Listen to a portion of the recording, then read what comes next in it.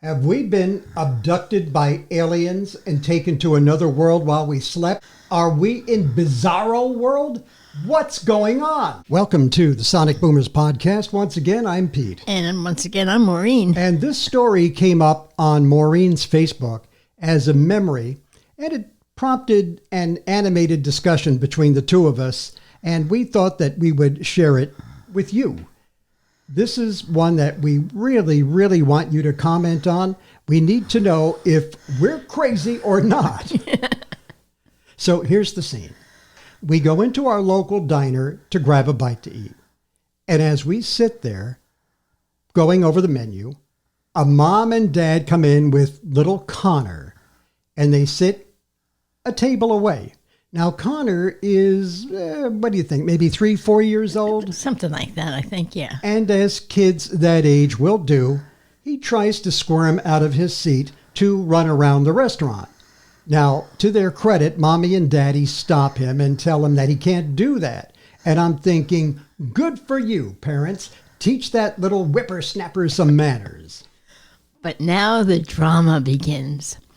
Connor puts on the pouty face with the crocodile tears. And again, Mom and Dad appear unfazed, and I'm impressed. I'm thinking, good for you. Stand firm. Then came the moment that we all dread as parents. That time when your kid does something so mortifying, so egregious, so embarrassing that you would do just about anything to get them to stop. Not that it ever happened to us. We've all been there. So Connor starts a major tantrum. Now he's screeching and screaming, yelling, disturbing the whole restaurant. And here comes the point of derailment. Mommy says, are you ready for this? In that squeaky, overly cheerful, high-pitched voice that we mommies put on when we're trying to be kind, cool, and collected. But we're mortified to death, really, on the inside. On the inside. And Mommy says, do you want some broccoli? Here, have some broccoli, honey. Now, I ask you, in what universe is a kid going to calm down with a promise of broccoli? See, that's why I held off on sipping my drink here until after you said that, because I would have done the old spit take all over the table.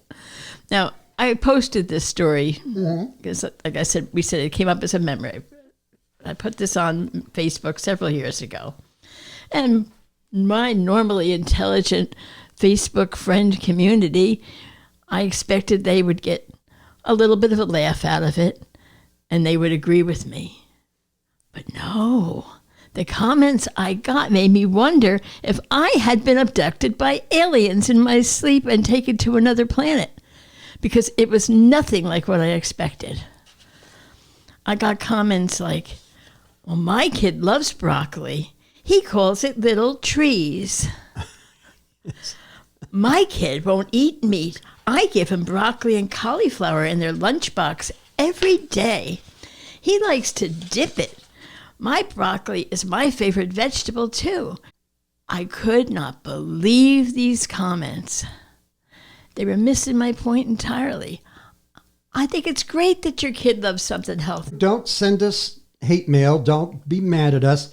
We agree that it's a good idea for kids to be eating healthy foods like broccoli and asparagus and spinach. Carrot sticks, a little celery. Instead of junk food. We're here for it. But that wasn't my point. My point was, when your kid is having a meltdown, broccoli is not my first line of defense. No, it is not your first line of defense. And, good on you for encouraging healthy choices with your kids. And, kudos to you. We're happy about that. But the whole point was this whole idea of using broccoli as a bribe. Now, you and I have had discussions about the whole bribing thing. Yes. And we kind of have a little bit of dissension between us on that. I have always said, and I said it to you when we were raising our three. Yep.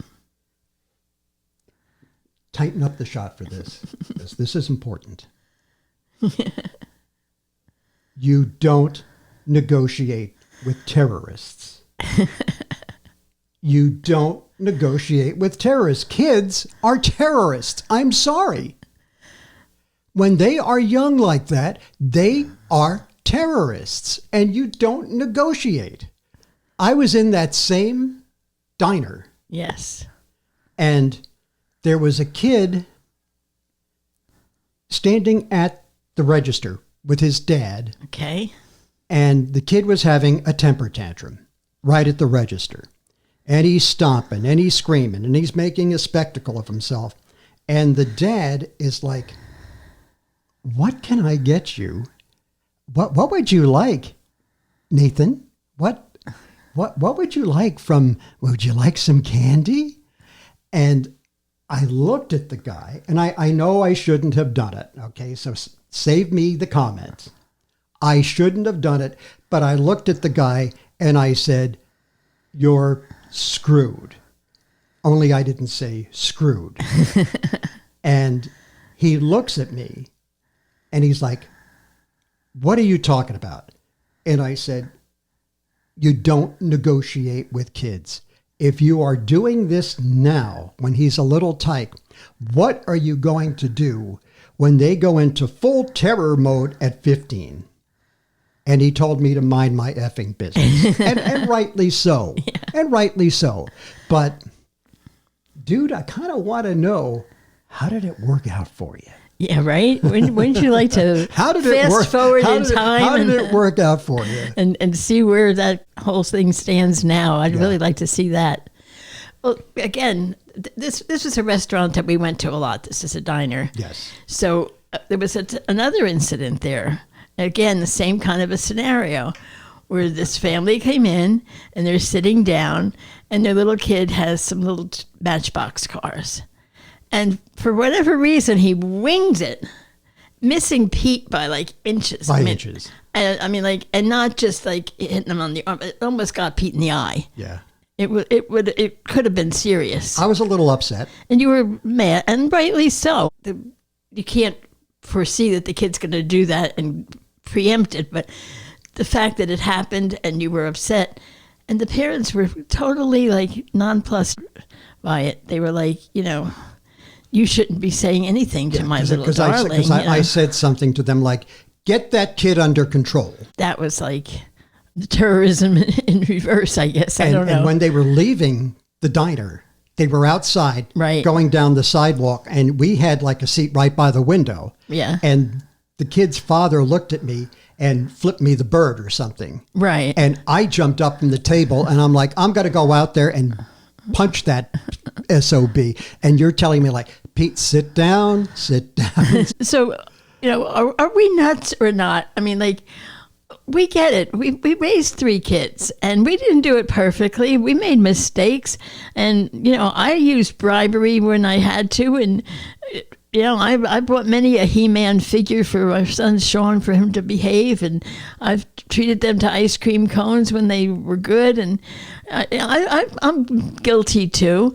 But in the long run, I still go back to this whole thing about the broccoli. I can't get over that. Broccoli is not your first line of defense, but there need to be consequences. Yes. There need to be consequences. And I remember the one time the kids were little and we decided we were going to take them to Six Flags.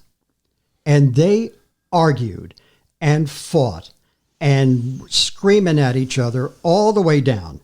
And I kept doing the dad warning, like, I'm going to turn this car around. I'm going to turn this car around. And we finally get to Six Flags. I'm parking the car. And they started fighting again. And they got out of the car. And I said to the kids, get back in the car. What? Get back in the car. Yeah, but we're at Six Flags. No, you're not at Six Flags. Get in the car. And they got in the car, and I started the car up, and I drove all the way an hour back home. And the kids got in the house, and I said, the two of you get upstairs. You're mean. We're mad at you. I said, good. You have to get in line to be mad at me. Get upstairs. I don't want to hear anything. Don't come out of those bedrooms. And that was it. Yeah. There had to be consequences. If you tell a kid, I'm going to turn the car around and go home, and they continue, You better turn the car around. you've got to carry through on the discipline. Right. And it wasn't going to be, well, would you guys like a piece of candy? Maybe some broccoli. That was not going to get it done. No. Now, when all this was going on, my cousin Christine, she's a doll, and I think she said it the best. She's like, a bribe is only as good as how bad the person wants a thing that you were offering. Yeah.